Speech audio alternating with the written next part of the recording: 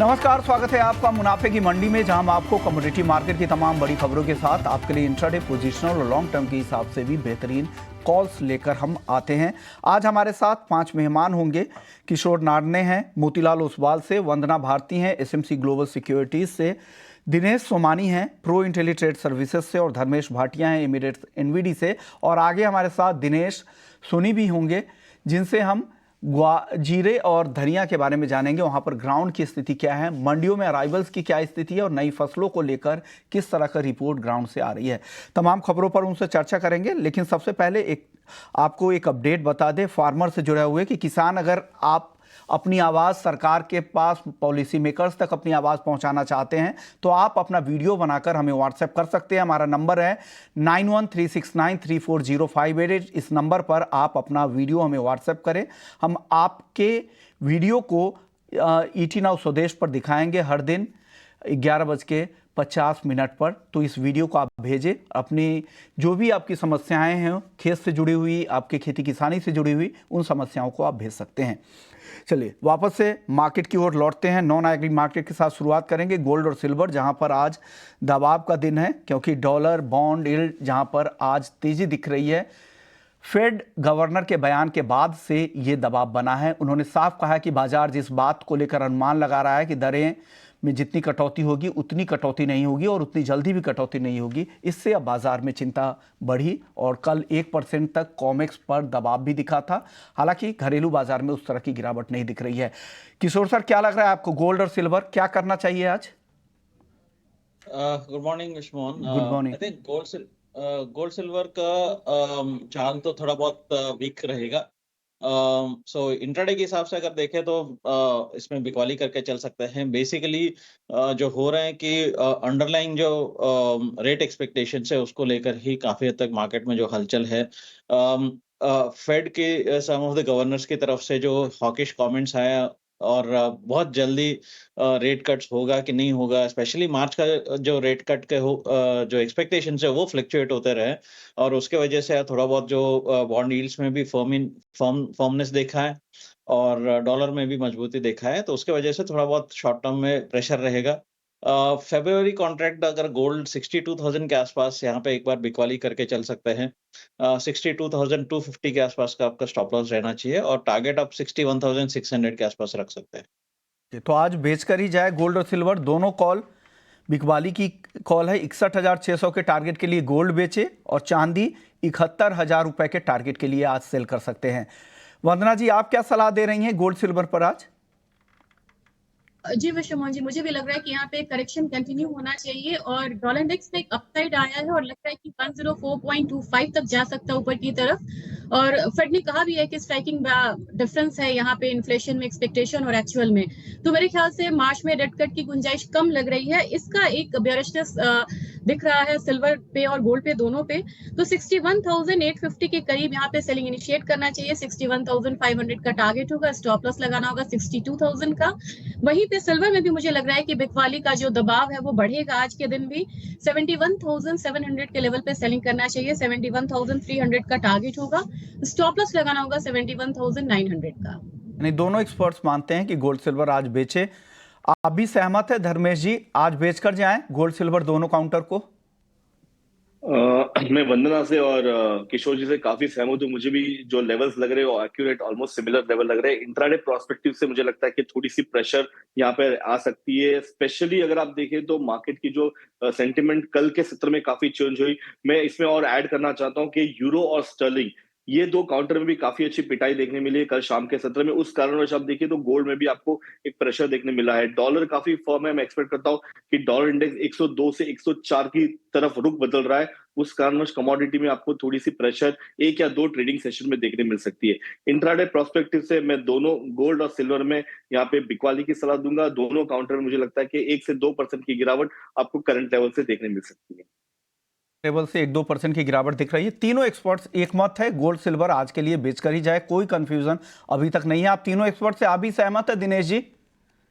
जी बिल्कुल, almost similar है और जो कंसर्न्स है वो भी सेम है। मोस्टली अगर आप देखिए डॉलर इंडेक्स का जो रुख है 102.40 के ऊपर जैसे निकला, 140 का रुख ये बना रहा है और जो कमेंट्स आ रहे हैं वो बार बार ये कह रहे हैं कि इन्फ्लेशन उतने जल्दी कंट्रोल में नहीं आएगा यूएस में और साथ ही साथ जो लेवल्स किशोर सर ने कही कि 62,000 के आसपास मुझे भी बिकवाली लगती है। 62,240 का स्टॉप लॉस और नीचे में मुझे लगता है 61,500 के लेवल से दिखा सकता है कोई। यानी साफ राय है, बिल्कुल कोई कंफ्यूजन आज के दिन नहीं है, दोनों ही काउंटर बेचकर जाना चाहिए। क्रूड को लेकर दिनेश जी आप क्या राय देंगे? क्रूड में क्या करे, खरीदे या बेचे आज? जी, कल हमने देखा कि चाइना ने स्टिमुलस पैकेज दिया, लेकिन उसके बावजूद भी ना बेस मेटल्स में कोई बड़ी मूव आई है, ना कि क्रूड में कोई ऐसी मेजर मूव आई है, शॉर्ट टर्म स्पाइक आई है। तो मुझे लगता है फंडामेंटल्स अभी भी क्रूड के कमजोर है। $78 के नीचे ब्रेंट को ट्रेड कर रहा है। मुझे लगता है 6,000 अराउंड क्रूड एमसीएक्स में सेल करना चाहिए। 5850 के नीचे के टारगेट और 6070 का स्टॉप लॉस मेंटेन करना चाहिए। ओके, यानी बेचने की सलाह 5,850 के टारगेट के लिए क्रूड बेचे। किशोर सर आपकी राय क्या है कच्चे तेल पर? आई थिंक मेरा भी इसमें सेल का ही राय रहेगा। वैसे बेसिकली फंडामेंटली डिमांड साइड काफी कमजोर है और जो चाइना का जो जीडीपी नंबर्स है हल्का सा वीकर आया। आई थिंक मार्केट 5.3% के आसपास एक्सपेक्ट कर रहे थे, 5.2 आया। आप बोल सकते हैं इसमें ज्यादा कुछ फर्क नहीं है, बट आई थिंक उतना फर्क में भी एक्चुअली आपका सेंटिमेंट बदल रहा है, बिकॉज ये ऑलरेडी प्रोडक्शन कट्स, वॉर, सब कॉन्फ्लिक्ट सब मिला के भी आपको डिमांड सरपास नहीं हो पा रहा है और रिस्क प्रीमियम बढ़ने रहे हैं। आपको रेड सी का जो अभी जो मतलब वहां पे जो लॉजिस्टिकल स्ट्रेस है वो भी इसको मजबूती नहीं दे पा रहा है। तो अंडरलाइंग बहुत ही वीकनेस है इसमें। सो आई थिंक क्रूड वायदा अगर जनवरी वायदा अगर बेचना है तो 5980 के आसपास बिकवाली का राय हो सकता है। 6060 का स्टॉप लॉस मेंटेन करना चाहिए। अगेन अगर उतना रिस्क नहीं लेना है तो आप 6,000 का जो पुट ऑप्शन है जनवरी वायदा में वो ₹50 के आसपास मिल रहा है, उसका ₹30 का स्टॉप लॉस मेंटेन कर सकते हैं और ₹90 या ₹100 के आसपास तक आपको 6,000 का पुट ऑप्शन बढ़ने का आशंका है। के स्ट्राइक की पुट आप यहां से खरीद सकते हैं। यहां से गिरावट दिख रही है दोनों एक्सपर्ट को दिन। अब धर्मेश जी आप बताइए, आपको क्या लग रहा है क्रूड में? आप भी मानते हैं कि कमजोरी थोड़ी दिख रही है यहां से क्रूड में? देखिए, कच्चे तेल की बात करें तो कच्चे तेल में जो वॉलेटिलिटी है काफी सीमित दायरे में आ चुकी है। अंतरराष्ट्रीय मार्केट की बात करें तो $70 से $72 का इर्द-गिर्द मार्केट सस्टेन हो रहा है। ऊपरी स्तरों पर आप देखिए मैक्सिमम में 74 तक जाता है, फिर से वहां पे आपको एक अच्छी खासी पिटाई देखने मिलती है। डोमेस्टिक मार्केट की बात करें तो 6,000 के इर्द-गिर्द मार्केट रुका हुआ है on an average. Intraday prospective से मुझे लगता है कि सारे के सारे बेस मेटल्स और बुलियन अगर मंदी में है तो यहाँ पे भी आपको थोड़ी सी प्रेशर देखने मिल सकती है। अगेन मेन कारण डॉलर इंडेक्स ही होगा। February 8 को ओपेक की मीटिंग है। नो डाउट फिर से जब भी मार्केट 70 के नीचे आता है तो अपने वो प्रोडक्शन कट करके प्राइस को काफी सपोर्ट करता है। बट करंट लेवल पे इंट्राडे या 1 या 2 दिन के अंतराल के लिए अगर आपको यहाँ पे ट्रेड करना है तो मैं 6,000 के लेवल पे आपको बिकवाली की सलाह दूंगा। काफी एक सीमित दायरे में ट्रेड हो रहा है तो ₹50 के स्टॉप लॉस से आप यहाँ पे बिकवाली करें। डाउन साइड आपको 100 से ₹150 की गिरावट आपको देखने मिल सकती है। वंदना जी आप क्या सलाह देंगी? आप भी सहमत है? अब तक तो बहुत सिमिलर राय चल रही है सारे ही कॉल्स। जी विश्वमोहन जी, इतने पॉजिटिव फिगर्स के बावजूद पीक डिमांड है, यहाँ पे शिपमेंट की प्रॉब्लम है, वॉर है, सब कुछ है, प्रोडक्शन कट है, बढ़ नहीं रहा है, डिमांड का सीरियस यहाँ पे प्रॉब्लम है। 5970 के करीब यहाँ पे मुझे लग रहा है कि सेलिंग करना चाहिए। 5900 का टारगेट रखना है। 6000 यहाँ पे स्टॉप लॉस लगा के चलना होगा। और मुझे लग रहा है कि अगर 5700 को ब्रीच किया क्रूड तो एक बार हम 5500 भी आता हुआ देख सकते हैं नियर टर्म में। अब बात कर लेते हैं नेचुरल गैस की। नेचुरल गैस में तेज गिरावट दिख रही है, करीब 4.5% की गिरावट एमसीएक्स पर और नाइमेक्स पर भी 3% से ज्यादा की गिरावट है। काफी गिरावट है, ₹232 के आसपास आ गया है। किशोर सर क्या हो रहा है नेचुरल गैस में? क्या और गिर सकता है क्या ये काउंटर? और गिर सकता है। सी इन्वेंट्रीज बहुत ज्यादा है। I think record high inventory levels पे है यूएस। और हालांकि कोल्ड वेदर है, स्नो स्टॉर्म चल रहे हैं, बट ये सब डिस्काउंटेड है मार्केट में और इसके बावजूद भी आपको जो इन्वेंट्री प्रेशर है वो बहुत ज्यादा है। तो इसमें आई थिंक शॉर्ट टर्म में मे बी 234 235 के आसपास इसमें बिकवाली करके चल सकते हैं। 228 के आसपास का टारगेट्स के लिए इसमें बेच के चल सकते हैं और यहाँ पे भी ऑप्शंस अवेलेबल है। तो यहाँ पे भी 235 का जो पुट ऑप्शन है वो खरीदने का मैं एक सलाह दे सकता हूँ और वो बिकॉज अभी एक्सपायरी के नजदीक है तो ₹11 के आसपास अवेलेबल है, शॉर्ट टर्म के लिए है और ₹9 का स्टॉप लॉस लगा सकते हैं और ऊपर में ₹15-16 तक आपको एक्सपेक्टेशन हो सकता है कि यहाँ पे एक छोटा सा शॉर्ट टर्म ट्रेड हो सकता है। या तो आप फ्यूचर्स में बेचे 234 पे 228 के टारगेट के लिए, या फिर और ऑप्शंस में भी आप यहां पर पुट खरीदने की सलाह मिल रही है। 235 के स्ट्राइक की पुट खरीदे 11 पे, 15 का टारगेट है उसके प्रीमियम का। आप बताएं धर्मेश जी, आप क्या सलाह देंगे नेचुरल गैस में आज?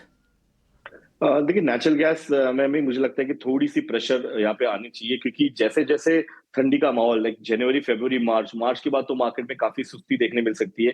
तो वही हो रहा है मार्केट में। आप देखिए तो प्राइस जो 250 260 के स्तर थे, वहां से मार्केट में आपको एक अच्छी खासी पिटाई देख के प्राइस ऑलमोस्ट 240 के निचले स्तर पर आ चुका है। इंट्राडे प्रोस्पेक्टिव से इवन दो डॉलर इंडेक्स में आपको तेजी है, तो यहाँ पे प्रेशर और आने की गुंजाइश है। तो मैं रेकमेंड करूंगा यहाँ पे बिकवाली करके चल सकते हैं। यहाँ से करंट लेवल से भी मैं एक्सपेक्ट करता हूँ कि 225 से 220 के स्तर आपको एक या दो ट्रेडिंग सेशन में देखने मिल सकते हैं। पोजिशनली 205 तक के टारगेट के लिए आप नेचुरल गैस में मंदी करने की सलाह रहेगी मेरी। पोजिशनली भी आप यहाँ पे आप बेच सकते हैं और आज के लिए इंट्राडे के लिए भी बेच सकते हैं। पहला टारगेट धर्मेश जी का 215 है और अगला टारगेट नीचे की तरफ 205 रुपए के टारगेट के लिए बिकवाली की सलाह नेचुरल गैस में। तो क्रूड और नेचुरल गैस दोनों बिकवाली की सलाह, गोल्ड और सिल्वर भी बिकवाली की सलाह। लेते हैं बेस मेटल्स की, जहां पर सभी मेटल्स में आज कमजोरी दिख रही है। जिस तरह से चाइना के जीडीपी नंबर कमजोर आए हैं, वहां की इकोनॉमी को लेकर चिंता है, उससे यहाँ पर सपोर्ट मिल रहा है। चाइना के फोर्थ क्वार्टर के जो जीडीपी नंबर थे वो एस्टिमेट से कम रहे हैं और जो अनएम्प्लॉयमेंट डेटा, जो बेरोजगारी के नंबर्स थे, उसको लेकर भी यहाँ पर चिंता है। चलिए बात कर लेते हैं बेस मेटल्स की। किशोर सर, सबसे पहले आप बताइए क्या बेस मेटल्स में भी आज बिकवाली की राय है?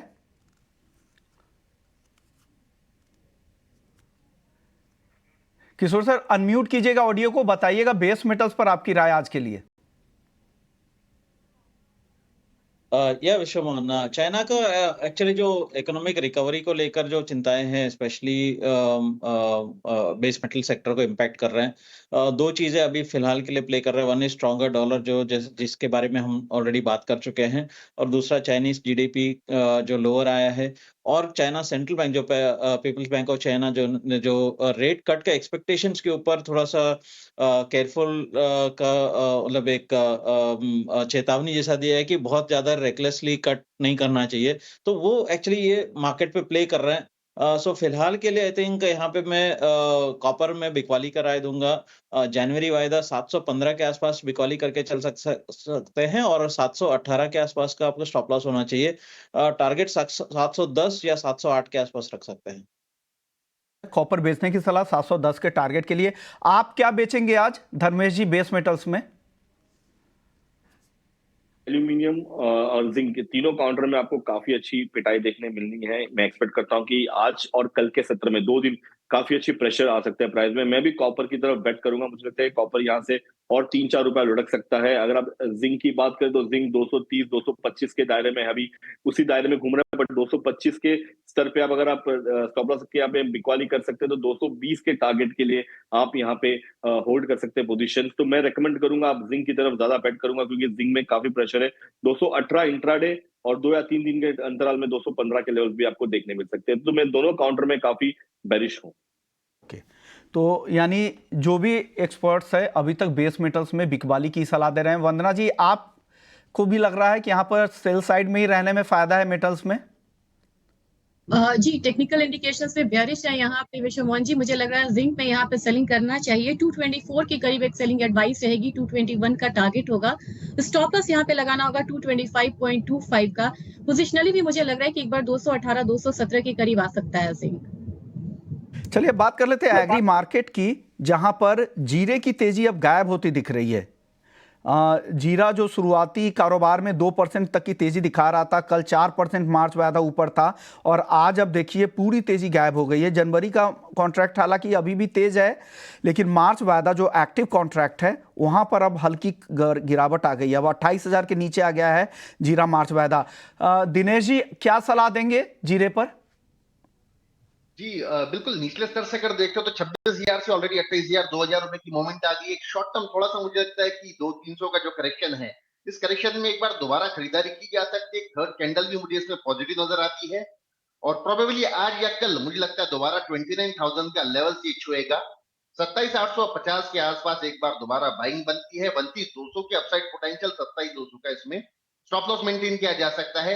जितनी भी नेगेटिविटी न्यूज है इसमें, जो अराइवल्स है या फिर आपको उसमें एक्सपोर्ट डेटा कहो या आप यूं कहो उसमें कि जो फसल जो बढ़कर आ रही है या वेदर अनुकूल है, सारे बातें सारी चीजें सब कुछ फैक्टर्ड इन है।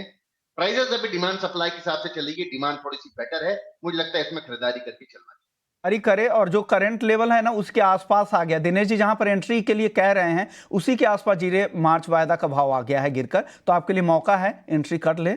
29,200 का टारगेट दे रहे हैं। स्टॉप लॉस का भी ध्यान रखिएगा 27,200 का। वंदना जी आप क्या सलाह देंगी मसालों पर आज? में मुझे लग रहा है कि जीरा में भी एक रिवाइवल है यहाँ पे, तो 28,000 के करीब मेरी भी यहाँ पे बाइंग रिकमेंडेशन रहेगी। 28,500 का टारगेट होगा, स्टॉप लॉस लगाना होगा 27,800 का। दूसरा यहाँ पे है कि अप्रैल में यहाँ पे गिरावट दिख रहा है टर्मरिक में, वहां पे 13,700 के करीब एक सेलिंग रिकमेंडेशन रहेगी, 13,500 का टारगेट रहेगा, स्टॉप लॉस यहाँ पे लगाना होगा 13,800 का। ओके, चलिए अब हमारे साथ दिनेश सोनी जी भी हैं जो डायरेक्टर है श्री श्याम इंटरनेशनल के और प्रेसिडेंट भी है मंडोर इंडस्ट्रीज एसोसिएशन से। दिनेश जी आप बताइए जीरे को लेकर क्या लग रहा है आपको? शुरुआती तेजी हालांकि गायब हुई है लेकिन पिछले 2 दिनों में ठीक ठाक रिकवरी की कोशिश यहाँ पे हो रही है, क्या ये तेजी कंटिन्यू हो रही है और क्या स्टॉक की क्या स्थिति है अभी? सर मेजर माल स्टॉक की है। अभी मंडियों में आमदनियां बहुत शॉर्ट है और अभी नया माल आने में टाइम है। थोड़ी डिमांड बहुत अच्छी है और डोमेस्टिक डिमांड भी है, एक्सपोर्ट सपोर्ट भी अच्छा मिल रहा है। मेरे को लगता है अभी भी अच्छी रिकवरी इनमें आनी चाहिए। अभी भी मेरे को लगता है जैसे मार्च का जीरा है लमसम 300-310 तक आ सकता है ऐसा लगता है और डिमांड हाजिर और डोमेस्टिक बहुत अच्छी है सर। ये फसल की क्या स्थिति है? बुआई के नंबर्स तो काफी अच्छे थे, राजस्थान में करीब 25% ज्यादा और वहां तो 160% तक ज्यादा बुआई हुई गुजरात में। इस आंकड़ों को देखकर क्या लग रहा है? सर अभी एक्चुअल में 5 बिजाई बहुत ज्यादा है, मतलब पीछे 5 बिजाई है, जिसके कारण क्या है कि अभी जो क्रॉप खड़ी है उसमें वेदर का बहुत बड़ा रोल रहेगा। अभी जो ये आने वाले 31 मार्च तक राजस्थान में कई जगह बहुत ज्यादा लेट बिजाई है, गुजरात भी लेट बिजाई है, तो मेरे हिसाब से ये अगले 2-2.5 महीने का मौसम बहुत असर करेगा। अपन एकदम सही साट नहीं मान सकते कि सही साट क्रॉप आ जाएगी। जो बिजाई अच्छी हुई है इसमें कोई फर्क नहीं है, लेकिन मेरे को लगता है अभी शॉर्ट टर्म के अंदर जिस ढंग से डिमांड है उसके सामने जो सप्लाई है उसको देखते लगता है अभी एक बार बाजार और भी अभी सुधरने की गुंजाइश है सर। धनिया को लेकर क्या लग रहा है सर? धनिया खरीदे क्या? मौजूदा लेवल पे वैल्यू आई है क्या दिनेश जी? सर धनिया को ऑल ओवर अगर देखें तो धनिया की बिजाई मतलब ना 50 से 55% ही लमसम ही है। तो मेरे को लगता है धनिया का लेवल जो है अगर फिजिकल के अंदर अगर लेते हैं तो बहुत अच्छा रिकवरी आगे आने वाले समय में मिल सकती है सर, बढ़िया भाव मिल सकता है। धनिया लेने जैसा है पक्का 100%। धनिया में मेरे को बहुत अच्छा लगता है सर। धनिया में कैरी ओवर जरूर थोड़ा ज्यादा है लेकिन फिर भी लगता है जैसे ही थोड़ा अभी डिमांड एकदम अच्छी क्रिएट होगी मसालों में, उसके साथ धनिया में भी अच्छी तेजी लगती है सर। अच्छी तेजी यहां से दिनेश सोनी जी को लग रही। शुक्रिया सर, आपने वक्त निकाला। अब दिनेश सोमानी जी आप बताइए हल्दी पर क्या करना चाहिए? आज फिर से गिर गया, कल अच्छी तेजी थी, 2% नीचे है, क्या करे? खरीदे क्या आज की गिरावट में हल्दी?